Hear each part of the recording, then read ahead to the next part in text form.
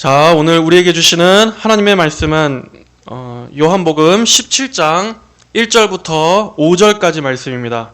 요한복음 17장 1절부터 5절. 자, 우리 같이 한번 읽겠습니다. 시작. 예수께서 이것들을 말씀하시고 눈을 들어 하늘을 보시며 말씀하셨다. 아버지, 때가 왔습니다. 아버지의 아들을 영광스럽게 하셔서 아들로 아버지를 영광스럽게 하게 하소서. 아버지께서 아들에게 주신 모든 이에게 영생을 주게 하시려고 모든 일을 다스리는 권세를 아들에게 주셨습니다. 영생은 이것이니 곧 유일하신 참 하나님이신 아버지를 아는 것과 아버지께서 보내신 예수 그리스도를 아는 것입니다. 아버지께서 내게 하라고 주신 일을 완성하여 내가 땅에서 아버지를 영광스럽게 하였습니다. 아버지, 세상에 있기 전에 내가 아버지와 함께 누리던 그 영광으로 이제 나를 아버지와 함께 영광스럽게 하소서. 아멘. 자, 오늘 우리에게 주시는 이 본문의 말씀은 성경에 나오는 많은 기도들 가운데서도 가장 위대하고 또 가장 깊고 가장 아름다운 바로 우리 주님께서 십자가에 달리시기 전에 하나님 아버지께 드린 기도입니다. 오늘의 이 예수님의 기도는 대제사장의 기도라고도 합니다. 구약시대에 온 백성들을 대표해서 성전의 가장 거룩한 곳이었던 지성소에 들어가 하나님의 임재 앞에서 제사를 드렸던 그 구약의 대제사장처럼 완전하신 대제사장이신 우리의 예수님께서 교회의 머리와 우리 성도들의 대표자로서 지금 하나님께 나아가 간구하시고 있는 그러한 기도입니다. 이 기도에는 먼저 예수님께서 얼마나 성부 하나님의 영광을 갈망하셨는지를 잘 나타내고 있습니다. 그리고 장차 예수님을 믿게 될 모든 영혼들을 위해서 아버지께서 그들의 끝까지 그들의 구원을 보존해 주시고 그들 역시도 삼위일체 하나님의 그 영광과 진리 안에서 하나가 되게 해주시기를 바라는 그러한 예수님의 그 성도들을 향한 중보자적 사랑이 충만하게 잘 나타나 있습니다. 예수님께서는 공생의 사역 기간 동안에 항상 성부 하나님께 기도하셨습니다.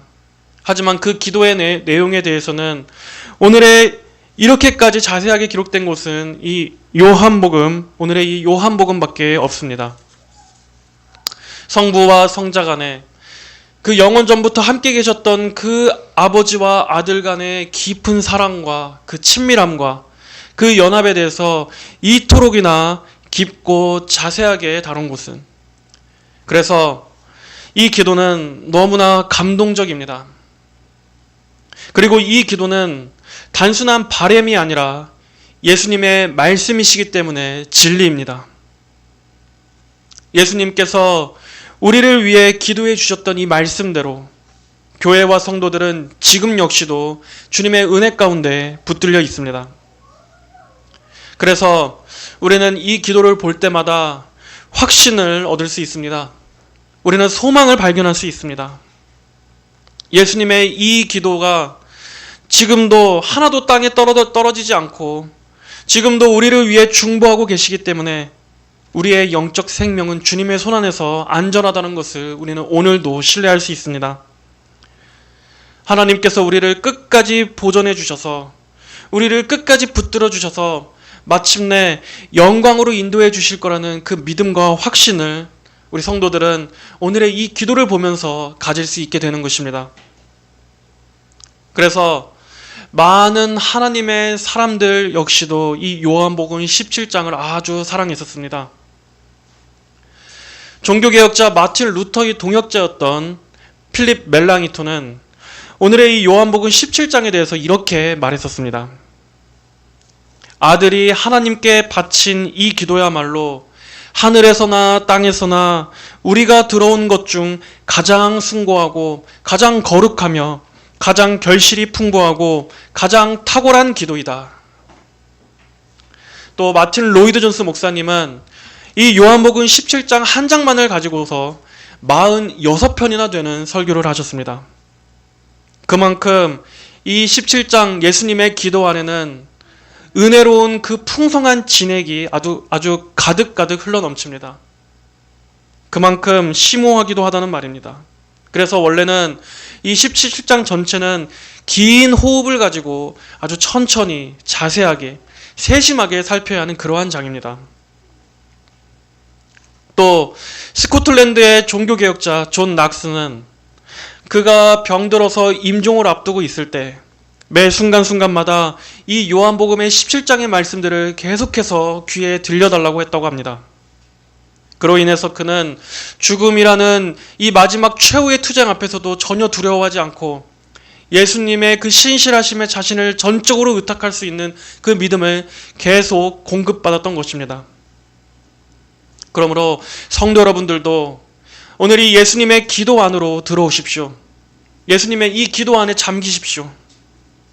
앞으로 우리는 이 17장을 계속 살펴보면서 이 안에 모든 세대를 초월하여 결코 끊어지지 않는 그 끈, 그리고 우리의 영원한 위안이 있다는 것을 하나님께서 보게 해주시기를 간절히 원합니다.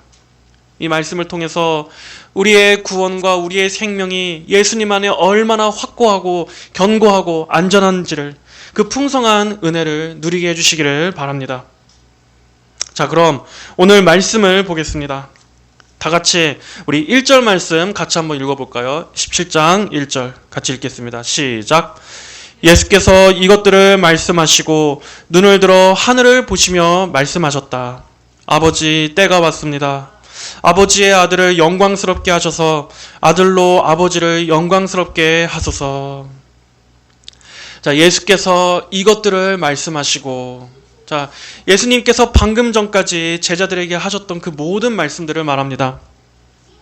십자가에 달리시기 전 마지막 날 밤, 예수님은 제자들의 마음을 다 잡아주셨습니다. 예수님께서 하신 말씀들이 어떠한 말씀이었습니까? 내가 너희를 사랑한 것 같이 너희도 서로 사랑하라. 그 제자들과 모든 믿는 자들이 서로에 대한 계명, 그리고 주님은 그것을 말씀하시고, 또 예수님은 내가 아버지의 집에 너희가 거주할 곳을 예비하러 간다. 그리고 내가 다시 너희에게 와서 너희를 영접하면 그때 너희도 내가 있는 그곳에 함께 있게 하시겠다 하시는, 즉 천국에 대한 약속을 말씀하셨습니다. 그리고 3절에 예수님께서 올라가시더라도 내가 올라갈지라도 너희 곁에 항상 계실 보혜사 성령님을 보내주실 것이다 라고 말씀하셨습니다. 그리고 4절에서는, 네 번째로는 예수님의 죽으심과 부활, 그리고 그분의 승천에 대해서 말씀하셨습니다. 그리고 마지막으로 어떠한 말씀으로 끝맺으셨습니까? 이 세상의 핍박, 예수님께 속한 자들에 대한 이 세상의 박해와 핍박, 그리고 모든 성도들이 당하게 될 그 고난과 시련과 환난에 대해서 주님은 미리 예고해 주셨습니다. 하지만 그러시면서도 어떠한 말씀으로 맺으셨습니까? 그러나 너희가 용기를 내라. 내가 세상을 이겼노라 하신 그 주님의 승리의 선언이 있으셨습니다. 이 모든 말씀들을 하신 후에 이제 예수님께서는 하늘을 향해 바라보시며 성부 하나님께 기도하십니다. 여러분, 우리가 겟세마네의 기도를 잘 알고 있지 않습니까? 얼마나 예수님께서 그 십자가를 목전에 앞두시고 그분 역시도 얼마나 큰 고뇌와 깊은 갈등을 겪으셨는지, 예수님께서 그게 얼마나 고통스러우셨는지 땀방울이 핏방울이 될 정도로 괴롭게 기도하셨다고 성경은 말씀하고 있었습니다. 단순히 십자가의 죽음이 무서워서가 아니었습니다. 우리를 대표하셔서 받으셔야 할 그 하나님의 심판과 우리의 죄의 무게가 그만큼 엄청난 것이고 그만큼 무섭고 두려운 것이었기 때문에 예수님께서도 고통스러워하셨던 것입니다. 그래서 겟세마네 동산에서의 기도를 기록하고 있는 다른 복음서에서는 예수님의 그러한 고뇌의 측면을 특별히 강조해서 기록했었습니다. 하지만 요한복음의 저자인 이 사도 요한은 그런 부분보다는 그 고난 뒤에 있을 영광을 바라보시며 그 십자가의 고난도 기쁨으로, 소망으로 감당하시고자 하시는 그 예수님의 측면을 좀 더 강조하고 있습니다. 오히려 사도 요한은 예수님의 십자가를 영광으로 바라봤던 것입니다. 그래서 앞에서 말씀하신 대로 내가 세상을 이겼다 하신 그 말씀, 예수님의 그 승리의 관점에서 예수님의 십자가를 이렇게 묘사하고 있습니다. 예수님은 기도하십니다. 아버지, 때가 왔습니다. 자, 예수님이 말씀하신 이 때는 어떤 때를 말하는 겁니까? 정치적인 혁명의 때입니까? 아니면은 세력을 규합해서 한 나라를 뒤집어 엎기 위한, 체제를 전복하기 위한 그 때가 무르익었다라는 그러한 말씀입니까? 예수님이 말씀하신 때는 그러한 때가 아닙니다. 우리 주님께서 말씀하신 때는 이제 예수님께서 십자가에 달리셔서 아버지께서 자신을 보내주신 그 사명을 이룰 때가 왔다는 뜻입니다. 예수님의 사역에 있어서 가장 결정적인 때, 바로 죄인들의 구원을 위해서 하나님의 아들께서 십자가에 달려 우리의 죄를 짊어지시고 죽으셔야 하는 그 때가 되었다는 말입니다. 예수님의 온 생애는 오직 이 때를 위해서 사셨습니다. 예수님은 영원 전에 성부 하나님과 함께 계셨던 그때부터 이미 계획하셨던 그 구원을 이루시기 위해 예수님은 낮고 천한 이 땅에 육신의 몸을 입고 내려오셨습니다. 그리고 예수님은 유대인들의 많은 거절과 비난도 받으셨습니다. 그분께서는 이 세상을 창조하신 분이시지만 자기 땅, 자기 백성에게 모욕과 멸시를 당하셨습니다. 하지만 예수님께서는 끝까지 이 사명만을 바라보시며 걸어가셨습니다. 이 일이 가장 중요한 일이었기 때문에 이 때를 맞이하지 않고서는 결코 영혼들을 구원하실 수 없기 때문에 예수님의 모든 마음과 그분의 전 생애와 그분의 모든 사역은 다 이 십자가를 향해서, 이 십자가를 바라보시며 계속해서 끝까지 걸어가신 삶이셨습니다. 이 때는 우리 인류의 역사에서 가장 중요한 때입니다. 이 세상 역사에서 그 어떠한 위대한 순간, 인류 역사에서 가장 기념비적인 그 어떠한 위대한 사건보다도 예수님의 이 때보다 더 위대한 순간은 없습니다. 만약 예수님께서 이 때를 맞이하지 않으셨다면, 그분께서 십자가를 피하셨다면 어떻겠습니까? 아마 이 세상에 구원은 없었을 것입니다. 모든 사람은 죄 가운데 태어나서 죄 가운데 살다가 결국 죄 가운데 멸망할 수밖에 없었을 것입니다. 우리 각자는 결국에 자기의 죄를 짊어지고 하나님의 무서운 심판대 앞에 섰어야만 했을 것입니다. 그 역사적인 어떠한 위대한 꼭 큰 일이라 할지라도 예수님의 이 십자가의 대속의 사건보다 더 큰 사건은 없습니다. 또한 이때는 마귀에게 있어서도 결정적인 때였습니다. 여인의 후손과 뱀의 후손과의 이 싸움, 즉 뱀의 후손, 마귀의 후손과 하수인들은 하나님께서 보내신 그 메시아를 죽일 수 있는 가장 결정적인 때가 바로 이 십자가의 때였을 것입니다. 마귀는 이번에야말로 메시아를 완전히 죽여서 하나님의 구원을 실패로 돌아가게 만들 수 있는 가장 절호의 찬스라고 생각했을 것입니다. 그래서 항상 그 결정적인 순간을 호시탐탐 노리고 있었습니다. 그런데 이제 그 일을 성공할 수 있는 그 결정적인 때가 이제 마귀의 입장에서도 오게 된 것입니다. 이렇게 예수님이 말씀하신 이 때는 성부 하나님께도, 그리고 성자 예수님께도, 그리고 우리 죄인들에게도, 그리고 원수 마귀에게도 중요한 결정적인 때였습니다. 하지만 이 모든 일은 하나님의 구원 계획에 있어서 이미 예정된 일이었습니다. 영원 전부터 하나님께서 계획하신 일이었습니다. 예수님은 그러한 자신의 사명을 분명히 인식하고 계셨고 자원하여 그 길을 가셨습니다. 그만큼 십자가는 우리의 구원에 있어서 중요한 것입니다. 예수님께서 왜 이 땅에 내려오셔야 했습니까? 왜 하나님의 아들께서 하늘 보좌의 그 영광을 버리시고 이 땅에 오셔야만 했습니까? 왜 그분이 종으로 오셔야만 했습니까?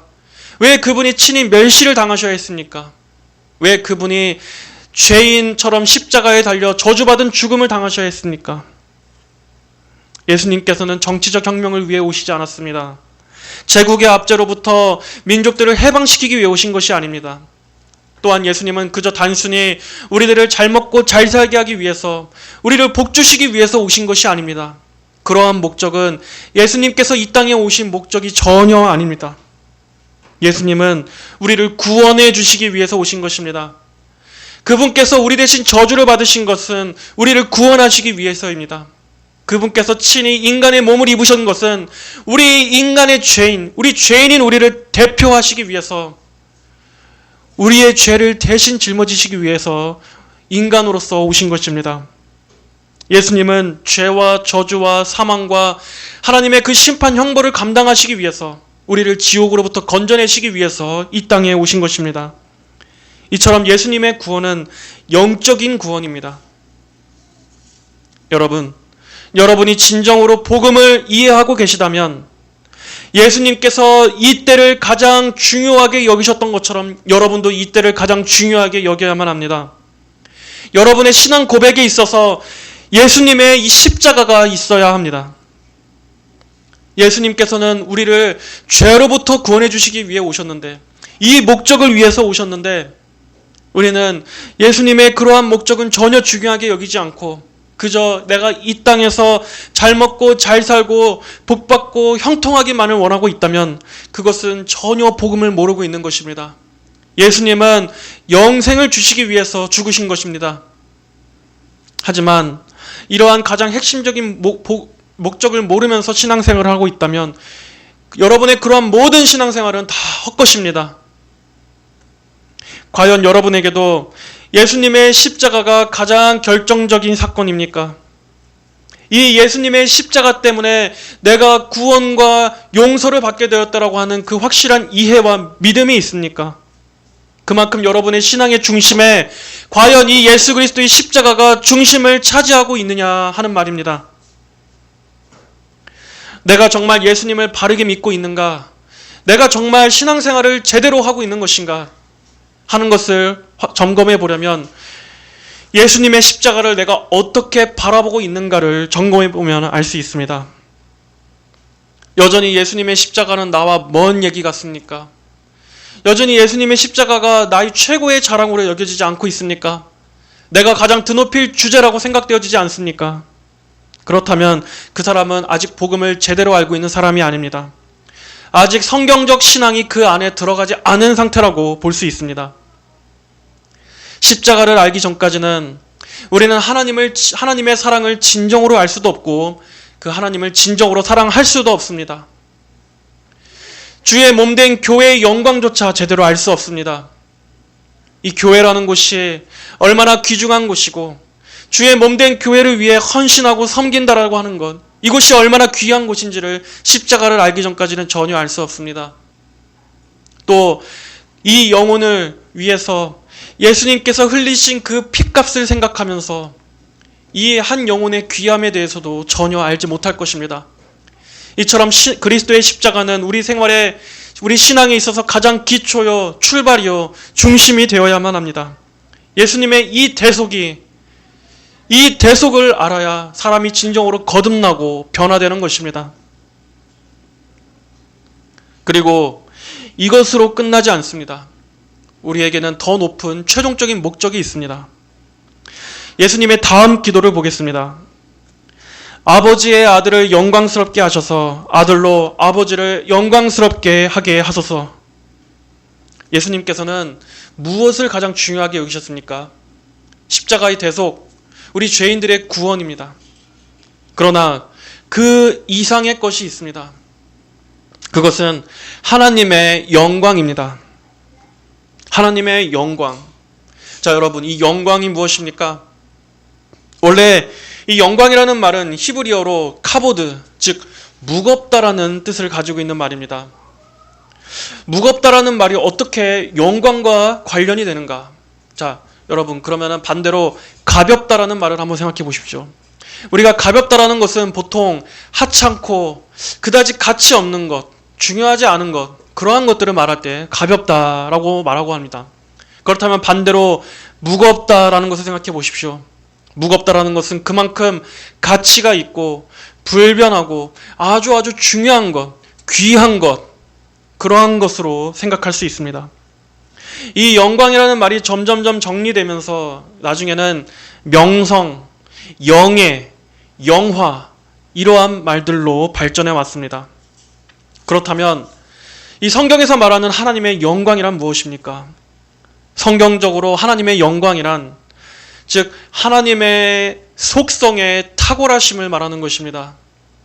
이 세상 무엇과도 감히 견줄 수 없는, 이 세상 어떠한 것도 감히 비교할 수 없는 그 하나님의 높으신 영광, 하나님의 그 권세, 하나님의 능력, 하나님의 지혜, 하나님의 권능과 그분의 그 속성과 성품, 그 모든 것들에 있어서 하나님의 영광이 빛나는 것입니다. 이 세상 어떤 것보다도 가장 가치 있고 가장 높이 우뚝 솟아있는 우리 하나님만이 가지고 있는 그분의 높으심과 그 탁월하심, 하나님의 그 속성이 전체가 바라고 있는 하나님의 그 크신 영광.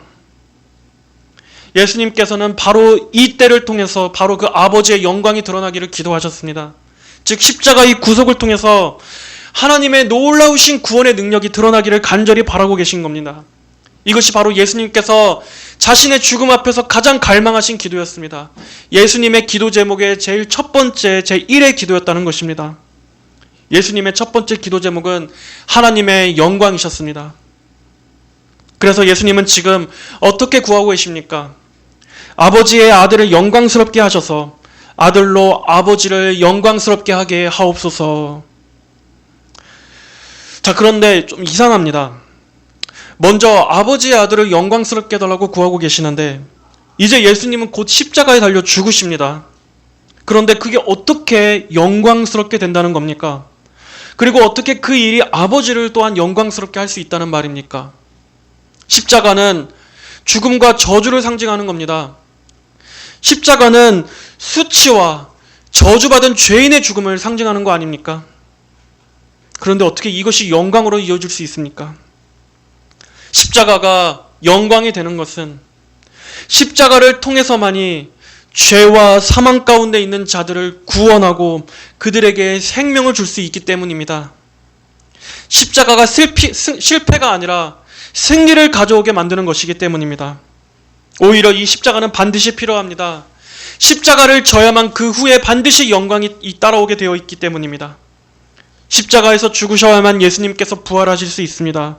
그리고 그분이 부활하신 후에 다시 하나님께 올라가셔서 본래의 영광으로 이 세상을 통치할 수 있기 때문입니다. 그러기 위해서는 이 십자가의 죽으심, 그분의 비하, 그분의 낮아지심이 반드시 거쳐야만 되는 것이었습니다. 그리고 이 모든 일들이 있은 후에 그 후에 아버지의 영광이 더더욱 크게 드러나게 됩니다. 그러면서 모든 이들로 하여금 이 하나님의 놀라우신 구원 방식을 보면서 이렇게 감탄할 수밖에 없게 하는 것입니다. 사람은 자기의 행위와 자기의 선행과 공로로 구원받는 게 아니었구나. 하나님께서 하나님의 사랑하시는 아들을 내려보내 주셔서 그 아들에게 우리의 죄를 감당하게 하시고 그 아들께서 나 대신 십자가에 달려 죽으심으로 내 모든 죄를 짊어지게 하시고 그 아들을 심판하심으로써 우리의 죄가 그분 안에서 완전히 깨끗하게 용서받게끔 하셨구나. 그리고 예수님의 부활하심을 통해서 우리에게도 부활의 소망과 영원한 생명을 주셨구나. 이것이 어떻게 사람의 지혜로 고안해낼 수 있는 일이란 말인가? 이것이 어떻게 가능한 일이란 말인가? 하나님께서 아들을 통해서 우리에게 전적인 구원을 주신 이 일이 너무나 놀랍고 위대하구나. 아무런 자격 없는 이 죄인인 내게 이 모든 것들을 은혜로 베풀어 주신 그 하나님은 정말 선하시다 하고 찬양하며 경탄할 수밖에 없게끔 우리가 이 십자가의 이 놀라운 반전을 통해서 그 죽음을 통해서 생명을 주시고 그 죽음을 통해서 영원한 승리를 가져다 주신 그 하나님의 놀라우신 지혜를 바라보면서 하나님의 그 구원과 계획과 섭리를 통해 하나님의 영광을 찬양할 수밖에 없게 만드는, 그래서 예수님은 그것이 드러나도록 기도하신 것입니다. 십자가 뒤에 있을 그 크신 영광, 더 높아지실 하나님의 그 영광, 우리는 바로 여기에서 하나님의 영광을 발견하게 되는 것입니다. 십자가를 통해 하나님의 영광을 비로소 알게 되고 찬송하게 되는 것입니다. 여러분, 구원이란 그저 단순히 나 하나가 지옥에 안 가게 되고 내가 은혜를 받고 하는 데서 그치게 되는 것이 아닙니다. 구원이 너무나 감사하고 기쁨이 되는 것은 이 은혜를 통해서 하나님 아버지의 영광을 보게 되었기 때문입니다. 물론 우리를 구원해 주신 하나님께 감사하는 것도 당연히 중요하지만 이제 구원받은 성도는 하나님 아버지를 알게 됩니다. 하나님의 놀라우심과 그분의 그 탁월하심, 하나님의 그 높으심과 그 지혜와 그 권세와 은혜와 사랑, 십자가를 통해서 하나님이 어떠한 분이신지를 알게 되는 것. 그래서 그 하나님을 즐거워하는 데까지 나아가게 되는 것입니다. 그 놀라우신 영광의 하나님, 하나님의 그 크신 사랑, 죄인들에게 베풀어 주신 그 하나님의 영원 전부터 계획하신 그 놀라우신 지혜, 하나님의 그 성품, 그 자체를 바라보면서 묵상하게 될 때 우리는 나 자신을 망각하게 됩니다. 하나님의 영광에 완전히 사로잡혀 버려서 그 영광에 완전히 눈이 멀어버려서 나 자신의 어떠함조차 완전히 잊어버리게 되는 것입니다. 그 크신 영광 앞에 서게 될 때 우리는 나 자신을 완전히 잊어버리게 되는 것입니다. 하나님의 영광 앞에서는 나 자신의 높음조차도 아무것도 아닌 게 되어버립니다. 또 반대로 하나님의 그 크신 영광과 그분의 큰 사랑 앞에서는 나 자신의 부족함, 나의 열등감, 나의 어떤 이러한 낮음, 이러한 것들조차도 하나님의 영광 안에서는 완전히 망각해버리게 되는 것입니다. 하나님의 영광이 가장 크기 때문에 그분의 영광이 너무나 사랑스럽고 달콤하고 그 영광이 너무나 위대한 것이기 때문에 하나님의 영광을 더 알고 싶은 갈망이 나의 최상위에 자리 잡게 되는 것입니다. 진정으로 주님의 영광을 즐거워하게 되면 그 사람은 이제 점점 더 자기 영광에 대한 추구가 점점 사라지게 되어 있습니다. 하나님의 영광에 비한다면 나 따위의 이러한 영광은 너무나 하찮은 것이기 때문입니다. 그러므로 하나님의 영광이야말로 우리의 기도의 가장 제1의 기도 제목이 되어야 마땅합니다. 하나님의 영광이 이 세상의 어떠한 영광보다도 가장 가치가 있는 것입니다. 내가 성공하고 내가 높아지는 것보다 우리 하나님의 영광이 훨씬 더 중요합니다. 무엇을 먹고 마시든지 다 하나님의 영광을 위하여 하라라는 이 말씀처럼 항상 하나님의 영광을 가장 최우선으로, 그리고 하나님의 이 영광을 가장 기준으로, 절대적인 기준으로 모든 것을 생각하게 됩니다. 진정으로 하나님의 영광을 아는 사람은 이제 그 하나님의 영광을 의식하는 것에서 벗어나 살 수가 없습니다. 그의 모든 면에 있어서 그 하나님의 영광을 항상 인식하며 살아갑니다. 그래서 그의 삶은 분명히 달라지게 되어 있습니다. 과연 내가 하는 지금 이 행동이, 내가 하는 지금 이 말이, 내가 하는 지금 이 결단이 하나님의 영광에 합당한 것인가? 그분의 영광을 드러내는 것인가? 그분의 영광을 증거하는 것인가? 그분의 영광을 더욱더 전하는 것인가? 아니면 하나님의 영광을 오히려 모독하고 가리는 것인가? 하고 모든 관점에서 생각하게 됩니다. 단순히 개인의 신앙뿐만 아니라 우리 삶의 모든 전 영역에 있어서, 나의 모든 선택과 결단에 있어서도 하나님의 영광을 항상 중요하게 생각합니다. 정치, 사회, 문화, 예술, 교육, 그리고 나의 재정 관리에 있어서도 우리는 하나님의 영광을 기준으로, 그 하나님의 영광이란 절대적인 기준의 관점에서 모든 것을 분별하며 살아가게 되어 있습니다. 하나님의 영광, 우리는 이것을 어떻게 높일 수 있습니까? 마치 연예인들이 연말에 시상식에서 상을 받고 수상소감을 말하면서 하나님께 영광 올린다 하고 말하는 것처럼 그렇게 나의 어떠함으로, 나의 어떠한 높아짐으로 인해서 하나님의 영광을 높이게 되는 것입니까? 그런 것이 아닙니다. 하나님을 영광을 높이는 것은 바로 하나님을 즐거워하는 것입니다. 하나님을 사랑하는 것입니다. 항상 하나님을 의지하고 내 모든 삶의 전 영역에 그분을 인정하는 것입니다. 그리고 하나님의 말씀을 쫓아 살아가고 내 삶에서 아버지의 뜻이 이루어지기를 전적으로 순종하는 그러한 삶의 태도가 바로 하나님의 영광을 높이는 삶입니다. 그리고 하나님 그분의 속성 자체를 즐거워하며 그분을 하나님을 알아가는 것, 하나님 자체만으로 만족하고 즐거워하는 것이야말로 바로 하나님의 영광을 찬양하는 삶이라고 말할 수 있습니다. 성도 여러분, 내가 꼭 성공하고 높아져서 하나님의 영광을 드러내겠다, 그런 생각을 하지 마십시오. 여러분이 있는 지금 그 자리에서 하나님을 즐거워하십시오. 하나님을 매 순간 인정하시고 하나님께 항상 감사하십시오.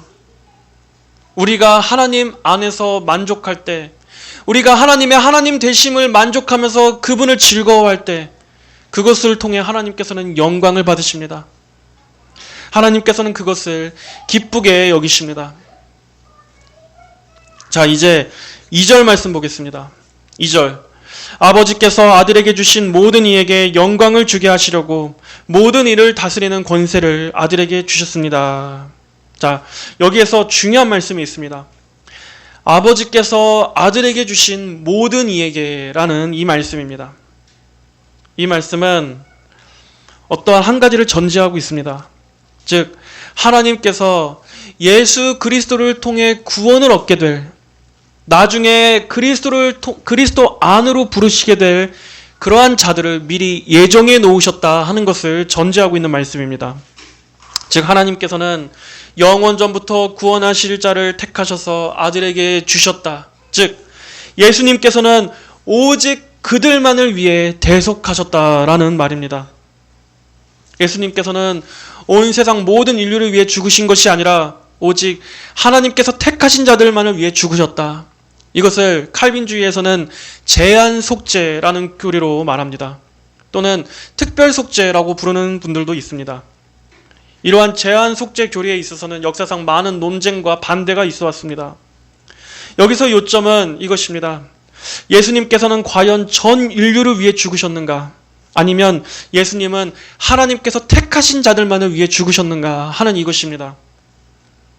알미니안 진영에서는 예수님은 온 인류, 전 인류를 위해 죽으셨다라고 주장합니다. 하지만 우리 칼빈주의 신앙, 개혁주의 신앙에서는 이렇게 말합니다. 물론 그리스도의 속죄는 무한한 가치와 능력을 가지고 있지만 그 효력은 하나님께서 택하신 택자들에게만 적용된다. 이것이 우리 칼빈주의의 믿음입니다. 이 둘 중에 어떠한 것이 맞는 말입니까? 성경적으로 이 제한 속죄의 교리가 맞는 것입니다. 아마 사람들은 이렇게 말하면 예수님께서 모든 사람을 위해 죽으신 것이 아니라 하나님께서 택하신 자들만을 위해 죽으셨다라고 말하면 그러한 하나님께서 너무 야박하시고 구원에 있어서 가혹하신 분이라고 생각할 것입니다. 아니, 하나님은 크신 사랑을 가지고 계셨다면서 모든 사람을 구원하셔야지 어떻게 예수님의 그 속죄를 하나님께서 택하신 그 얼마의 사람들만을 위해서 죽으셨다고? 그러면서 어떻게 모든 사람에게 예수님을 믿으라고 전하고 복음을 전하라고 말하는 게 모순이 아니냐? 여러분, 하지만 생각해 보십시오. 하나님께서 예수님께서 만약 모든 이들을 위해 죽으셨다라고 한다면 분명히 이 세상 모든 인류가 다 예수님을 믿고 구원을 얻어야 맞습니다. 구원받지 못한 사람은 한 사람도 없어야 합니다.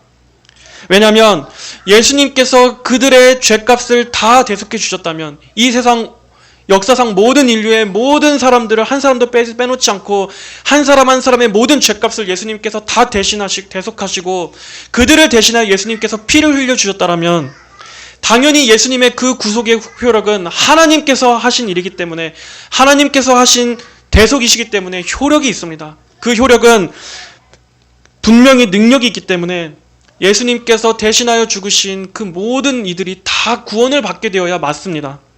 만약 그렇지 않다면 예수님께서 그들을 위해 죽으신 게 헛된 것이 됩니다.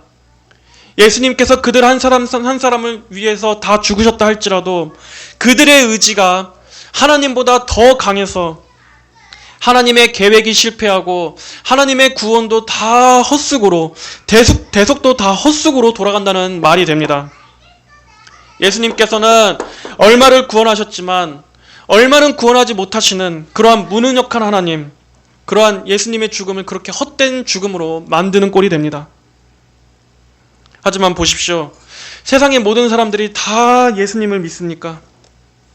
우리가 보면서도 알고 있지만 분명히 끝까지 예수님을 믿지 않은 채 죽는 사람들이 너무너무나 많습니다. 그렇다면 모든 일을 대신해서 죽으셨다면 예수님의 이 죽음은 무슨 의미가 있겠습니까?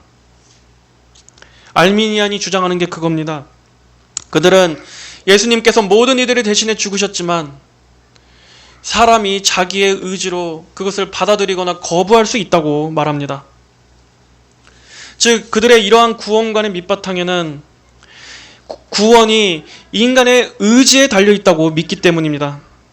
적어도 하나님과의 협력에 의해서 사람이 자기의 의지와 선택으로 구원받는 것이기 때문에 이들은 그러한 교리를 갖고 있기 때문에 그렇게 주장하는 것입니다. 그래서 예수님께서는 모든 이에게 구원의 다리를 그저 제공하셨을 뿐 그 다리를 건너고 안 건너고 하는 것은 사람의 의지에 달려있다고 말합니다. 예수님께서 구원의 손을 뻗쳐주셔도 우리 인간편에서 얼마든지 그 구원의 손을 뿌리치거나 할 수 있다는 말입니다. 하지만 여러분 생각해 보십시오.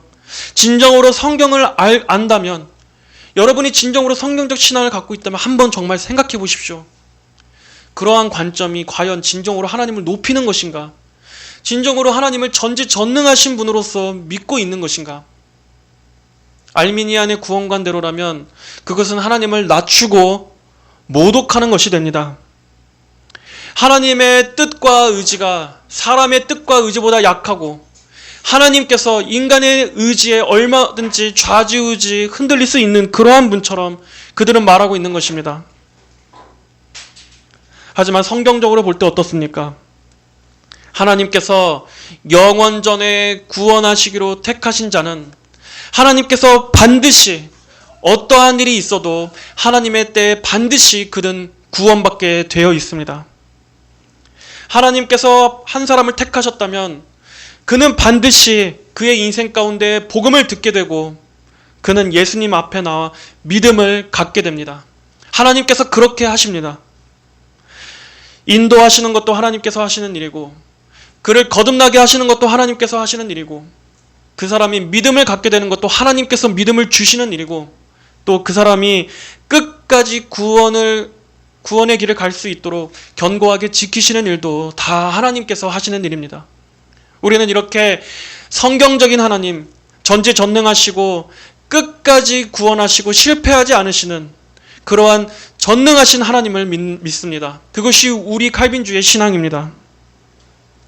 이렇게 하나님께서 한번 타겟으로 정하신 영혼은 어떠한 일이 있어도 하나님은 절대로 실패하지 않고 구원하십니다. 그 프랜시스 톰슨의 천국의 사냥개라고 하는 그 시에서처럼 하나님께서 한번 물기로 작정하신 영혼은 절대로 그가 하나님을 떠나서 아무리 도망친다 할지라도 하나님께서는 어떻게든 그 영혼을 꼭 붙들어서 그를 믿음의 자리에 앉혀놓으십니다. 그를 영생의 자리에 앉혀놓으십니다. 그를 하나님의 자녀로 삼으십니다. 그러므로 만인 구원론자들이나 알미니안의 이러한 구원론은 성경적으로 볼 때 전혀 틀린 주장입니다. 오히려 그렇게 될 경우 예수님의 속죄는 아주 무능하고 정말 약한 것으로 되어버립니다.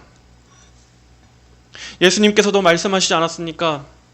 너희가 믿지 아니하니 이는 너희가 내 양들이 아니기 때문이다. 너희가 내 양들이 아니기 때문이다. 즉 우리의 들이실 하나님의 양들이 있고 반면에 예수님의 양이 아닌 이들도 있다는 말입니다. 이것은 인간의 자격 조건에 달린 일이 아니라 전적으로 하나님의 은혜에 속한 일입니다. 아버지께서 아들에게 주신 모든 이, 여기서 모든 이는 온 인류가 아닙니다. 오직 하나님께서는 구원을 택하신 자녀들, 아들에게 주시기로 작정한 자녀들, 예정하신 자녀들에게만 주셨습니다. 그리고 그들은 아들에게 주신 그들은 절대로 이 아들에게서 떼어내지지 않습니다. 그리고 여기서 모든 이라는 말은 인류 전부가 아니라 이 세상의 모든 이들이 아니라 누구라도 라는 뜻입니다. 누구라도. 즉 자격 조건에 상관없이 내가 부자든 가난한 자든 많이 배웠든 못 배운 자든 신분 고하에 상관없이 내가 어떠한 자라 할지라도 얼마만큼 심각한 죄인이라 할지라도 하나님께서 택하신 자라면 누구라도 그는 예수님 안으로 들어오게 하시고 또 그는 절대로 은혜에서 떨어지지 않고 반드시 예수님 안에서 확실한 구원의 길을 가게 하신다. 하나님께서 이 일을 하신다. 단 한 영혼도 놓치거나 실패하지 않고 그들은 반드시 구원받게 된다 하는 것이 바로 이 제한속죄의 교리입니다. 하나님께서는 모든 사람들을 구원하시진 않지만 누구라도 구원하실 수 있습니다. 사실 이 제한속죄의 교리는 이렇게 짧은 시간 안에 간단하게 설명할 수 있는 교리가 아닙니다. 그렇기 때문에 따로 더 많은 시간을 할애해서 좀 더 자세하게 집중적으로 살펴봐야 하는 교리입니다. 나중에 칼빈주의 5대 교리에 대해 설명할 때 이 제한속죄의 교리에 대해서 좀 더 자세히 보도록 하겠습니다. 자, 어쨌든 이 교리는 과연 우리로 하여금 구원에 있어서 뒷걸음질 치게 만드는가? 그렇지 않습니다.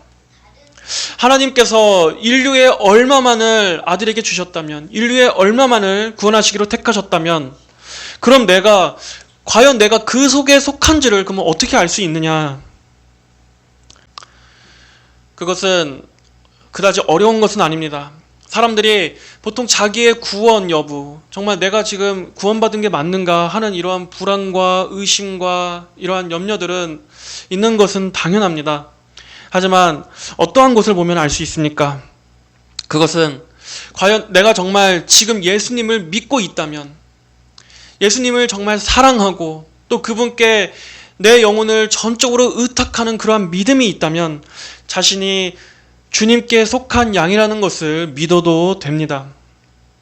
내가 예수님을 나의 구주로 여기고 있다는 그 자체가 내가 하나님의 택함 가운데 있는 증거라고 볼 수 있기 때문입니다. 그런 사람들에게 있어서 이 교리는 전혀 불안하게 만드는 교리가 아닙니다. 오히려 예수님께서 날 위해 죽으시고 또 그분께서 내 구원을 끝까지 붙들어 주신다라는 이 사실에서 오히려 우리 구원의 확신과 안전을 더 누릴 수 있게 되는 것입니다. 아무 자격도 없는 나를 하나님께서 영원전부터 택해 주시고 또 그 아들에게 속하게 해주시고 또 영원전부터 하나님이 나를 아셨구나. 하나님의 영원전부터 그 하나님의 계획과 마음 가운데 내가 있었구나. 그리고 예수님의 그 피는 나를 위해서 흘리신 피구나. 이게 얼마나 견고한 은혜인가. 정말 이것이 얼마나 큰 은혜인가 하면서 오히려 하나님의 그 구원에 전적으로 기대서 자신의 구원을 확신할 수 있게 되는 것입니다. 이렇게 참된 성경적 교리는 하나님을 높입니다. 하나님의 전적인 구원과 능력을 높입니다. 하지만 우리 인간의 죄성은 하나님께만 모든 공로를 올려드리는 것을 싫어합니다. 인간을 낮추고 하나님만 높임을 받으시는 그러한 교리를 싫어하고 어떻게든 우리 인간의 공로, 우리 사람의 의지를 높이려고 합니다. 그래서 비성경적인 교리, 이단들의 교리를 보면 항상 하나님의 전적인 구원, 전적인 은혜, 하나님의 전능하신 능력, 하나님의 건지심에 모든 공로를 올리지 않고 항상 인간이 무엇을 해야 되고 우리 인간이 어떠한 것을 기여해야 되고 하나님이 전적으로 하시는 것이 아니라 하나님이 한 8, 90 정도 하시면 나의 행위와 의지도 한 10, 20 정도는 있어야 하지 않겠냐 하고 인간의 의지를 높입니다. 이것이 모든 비성경적인 교리의 공통점입니다. 자, 이 나중에 제한속죄 부분은 우리가 좀 더 자세히 다루도록 하겠습니다. 자, 아버지께서 아들에게 주신 모든 이에게 영생을 주게 하시려고 예수님께서 자신에게 주신 이 영혼들을 얼마나 지극히 사랑하셨는지 이 17장 전체에서만 이 택자들에 대한 언급이 예수님은 무려 7번 언급하고 계십니다. 자, 6절에 나는 세상에서 내게 주신 사람들에게 아버지의 이름을 나타내었습니다. 세상에서 내게 주신 사람들, 여기서도 말씀하십니다. 또 9절에서도 내가 세상을 위하여 기도하지 않고 아버지께서 내게 주신 자들을 위하여 기도하니 라고 말씀하고 있습니다. 또 11절에도 거룩하신 아버지, 내게 주신 아버지의 이름으로 그들을 지키셔서 라고 말씀합니다. 또 그 아래 12절도 내가 그들과 함께 있을 때 내게 주신 아버지의 이름으로 그들을 지켜 보호하였습니다. 그러므로 그들 가운데 하나도 멸망하지 않고 오직 멸망의 자식뿐이니 라고 여기서도 택자들에 대한 보전, 택자들을 하나님께서 끝까지 붙잡아 주시길 바라는 그런 강구가 나옵니다. 반면에 예수님에게 주신 그 자들은 전혀 멸망하지 않지만 그 밖에 있는 자들 오직 멸망의 자식뿐이니 이렇게 택자와 불택자를 구별하고 계십니다. 또 14절도 한번 봐보시죠. 14절. 내가 아버지의 말씀을 그들에게 주었더니 세상이 그들을 미워하였습니다. 이는 내가 세상에 속하지 않은 것 같이 그들도 세상에 속하지 않기 때문입니다. 15, 16절에서도 그들을 악한 자에게서 지켜주시기 위한이라고 기도하고 있고, 또 내가 세상에 속하지 않은 것 같이 그들도 세상에 속하지 아니하였습니다.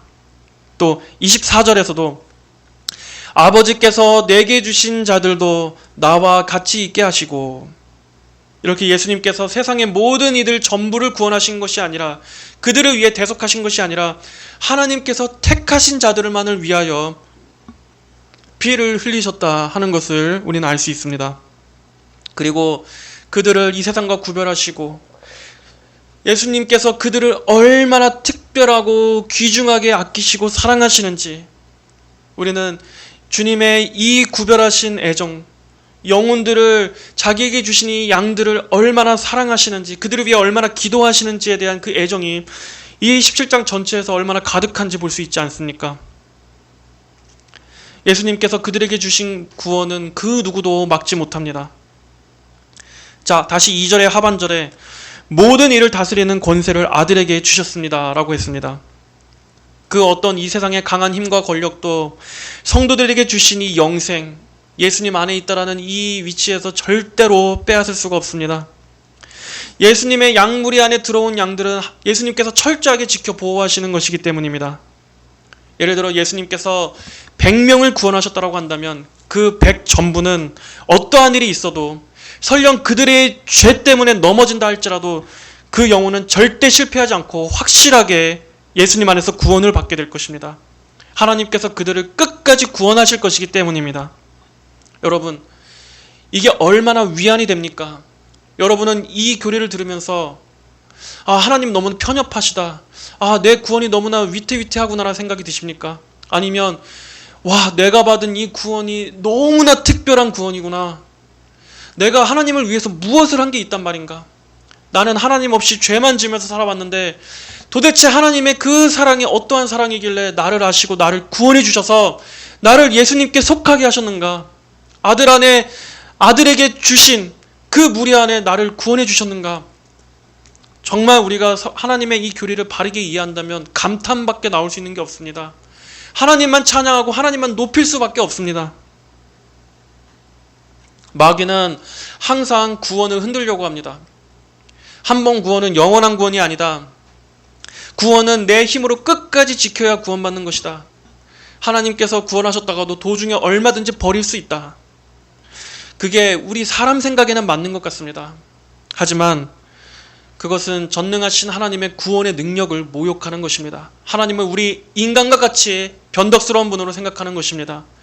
하나님의 손이 짧아서 우리를 구원하시면서 데려가시다가 우리를 놓쳐버리시는 그러한 무능한 하나님으로 생각하는 것입니다. 하지만 우리 하나님, 우리가 믿고 있는 그 성경의 하나님은 강하십니다. 그리고 그 하나님께는 절대 실패가 없습니다. 하나님께서 우리를 구원하신 시작부터가 우리의 어떠함 때문에, 우리의 자격 조건 때문에 구원하신 것이 아니듯이, 구원의 완성도 우리의 어떠함 때문에 중단되는 것이 아닙니다. 우리의 어떠함 때문에 실패되는 것이 아닙니다. 구원의 완성조차도 하나님께서 시작 때 그러셨던 것처럼 끝까지 하나님의 전능하신 손이 우리를 붙잡고 이끌어가는 것입니다. 하나님은 결코 우리 사람에 의해 좌지우지 되시지 않습니다. 처음부터 끝까지 전부가 다 하나님의 은혜 때문입니다. 자, 3절 보겠습니다. 오늘은 여기 3절까지만 하고 마쳐야 될 것 같습니다. 3절. 영생은 이것이니 곧 유일한 참 하나님이신 아버지를 아는 것과 아버지께서 보내신 예수 그리스도를 아는 것입니다. 아주 중요한 말씀입니다. 자, 영생, 즉 영원한 생명. 이 구원은 무엇입니까? 우리를 지으신 창조주 하나님, 그리고 우리를 죄와 저주와 사망과 심판으로부터 구원하시고 지옥으로부터 구원하시고자 하시는 그 모든 계획을, 영원하신 계획을 세우신 하나님 아버지와 하나님께서 보내신 그 아들, 우리의 유일하신 중보자요, 우리의 유일하신 구속주 예수 그리스도를 아는 것입니다. 자, 여기서 안다는 말은 단순히 이론적이고 지식적이고 사변적으로 아는 것이 아닙니다. 여기서 안다는 것은 체험적이고 실천적이고 영적인 지식을 말하는 것입니다. 우리가 이러한 체험적이고 영적이고 실제적인 것으로 하나님 아버지와 그리스도를 아는 것, 여기에 우리의 영생이 달려 있습니다. 사변적이고 철학적으로 아는 것이 아닙니다. 실제로 주님을 사랑하고 주님과 친밀하게 관계하며 교제하는 것입니다. 주님을 경험하여 아는 것을 말합니다.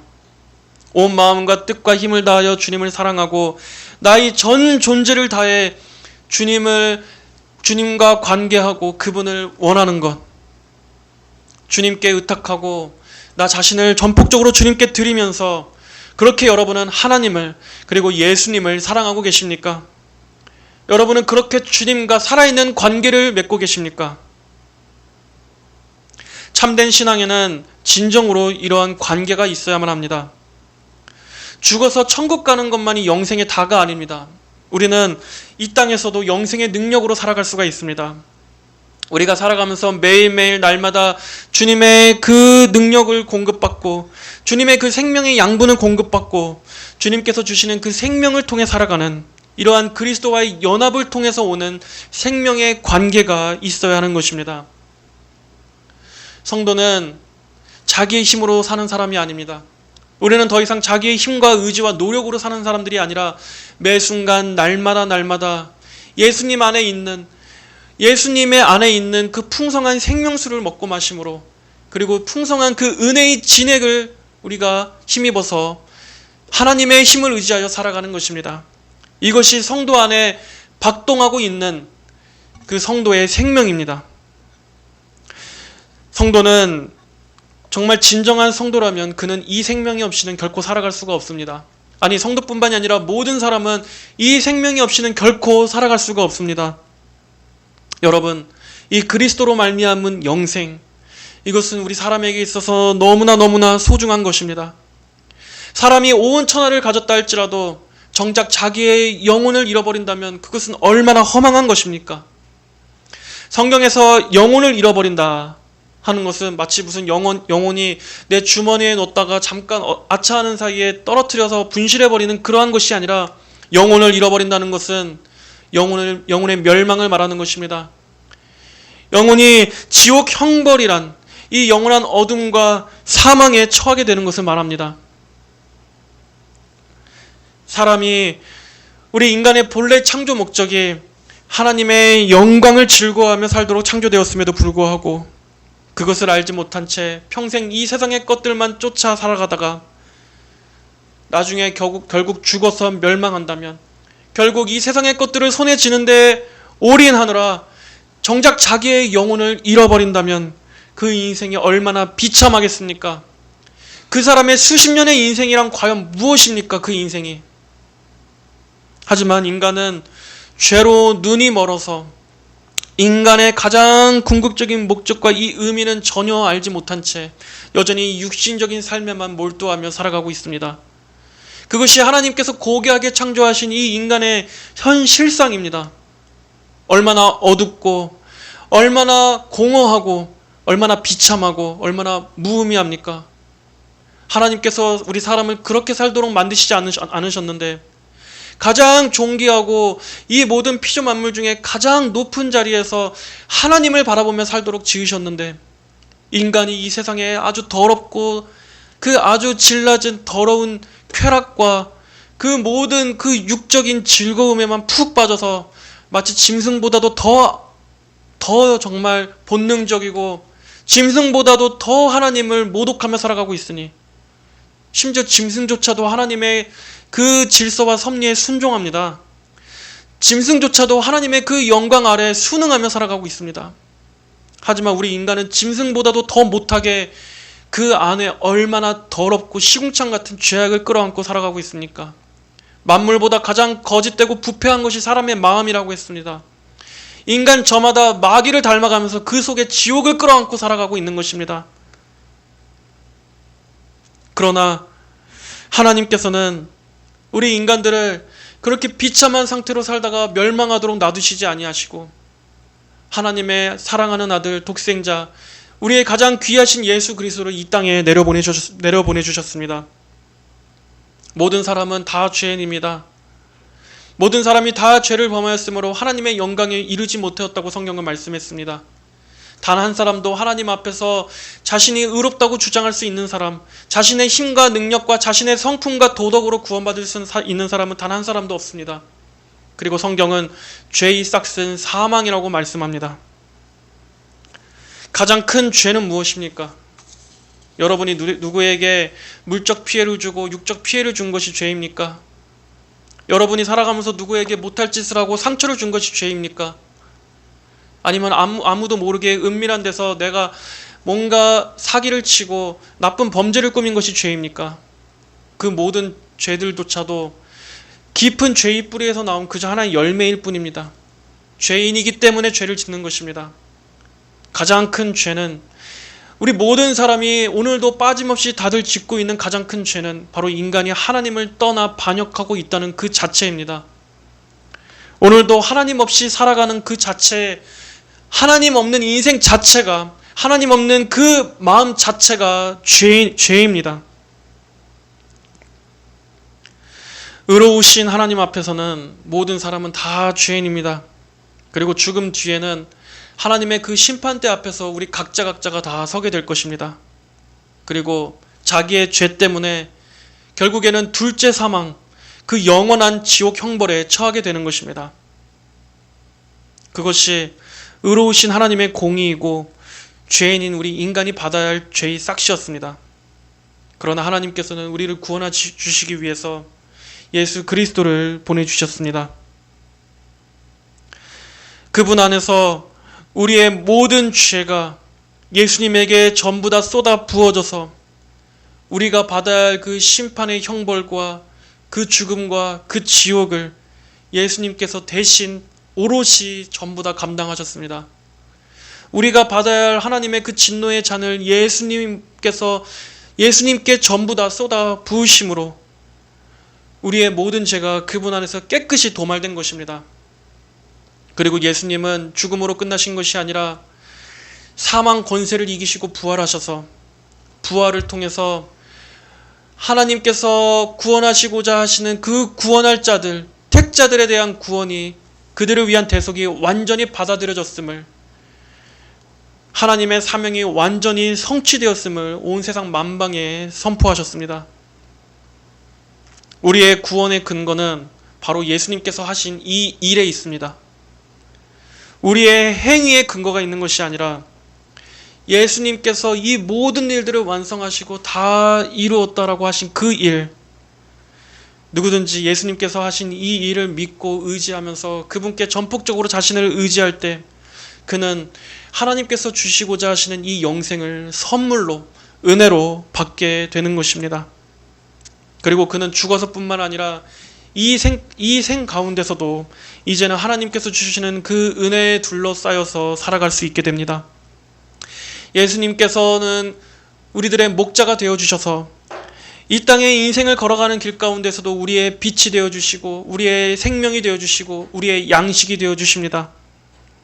사망의 음침한 골짜기에서도 결코 우리를 버리시지 않고 어떠한 상황 가운데서도 우리와 함께 계십니다.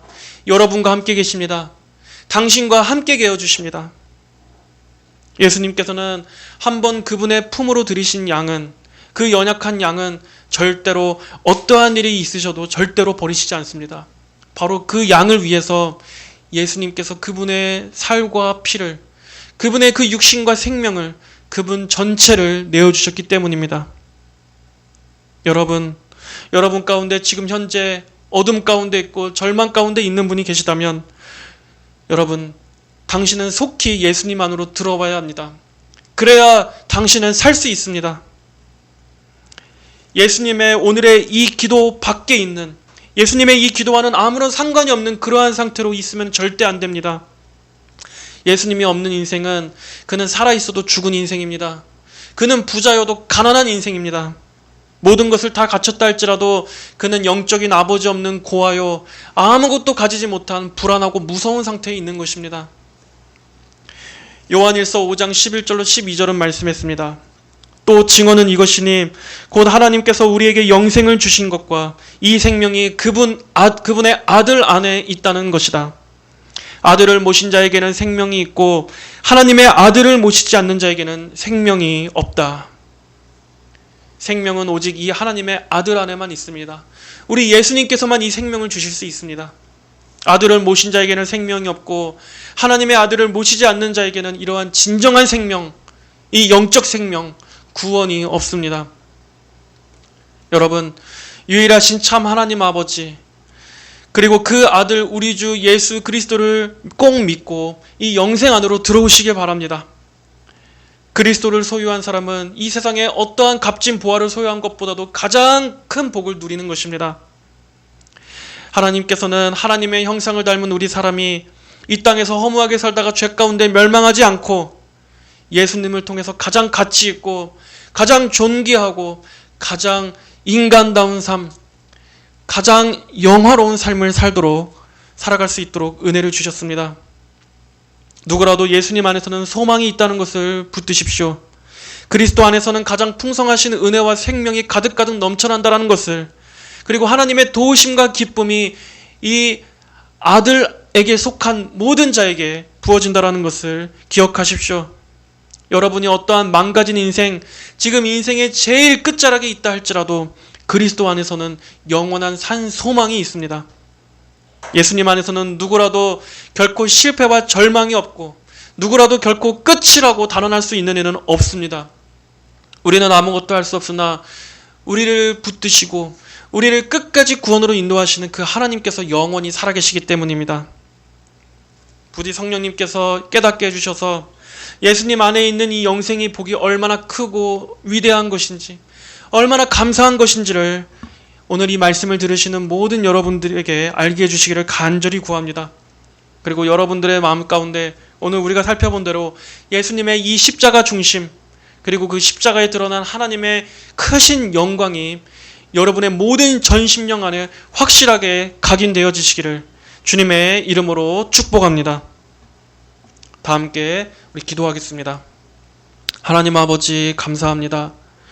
우리를 저 어둠 가운데 방황하다가 영원한 멸망에 처하게 되는 그런 불쌍한 인생으로 남겨두시지 아니하시고 하나님께서 영원전부터 우리를 아시고 택하여 주셔서 하나님의 때에 복음을 통해 우리를 불러주시고 또 우리 대신 대속해 주신 예수 그리스도의 그 십자가의 공로를 힘입어서 하나님의 자녀를 삼아주심을 감사합니다.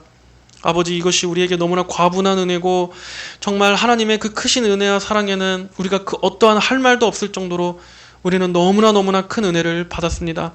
아버지, 우리에게 이러한 큰 은혜가 주어졌사오니 언제나 하나님을 사랑하고 하나님을 찬송하며 우리의 모든 전 삶의 영역에서 하나님을 가장 높이며 살아갈 수 있도록 인도하여 주시옵소서. 하나님을 가장 즐거워하고 하나님의 영광에 우리의 마음이 사로잡히고 우리의 모든 삶의 걸음걸음마다, 모든 삶의 선택마다 오직 아버지의 영광을 가장 높은 가치로 두고 살아갈 수 있게 하여 주시옵소서. 예수님께서 오늘도 이 기도를 통해 우리를 중보하여 주심을 감사합니다. 우리는 이처럼 확실하고 견고한 주님의 은혜 가운데 있으니 우리가 흔들리지 않고 영원한 천국을 바라보며 이 믿음의 길을 끝까지 잘 갈 수 있도록 하나님 그 은혜 가운데 풍성한 사랑을 누리며 살아갈 수 있도록 언제나 우리에게 그러한 믿음을 주시옵소서. 감사드리며 예수님의 이름으로 기도하였습니다. 아멘.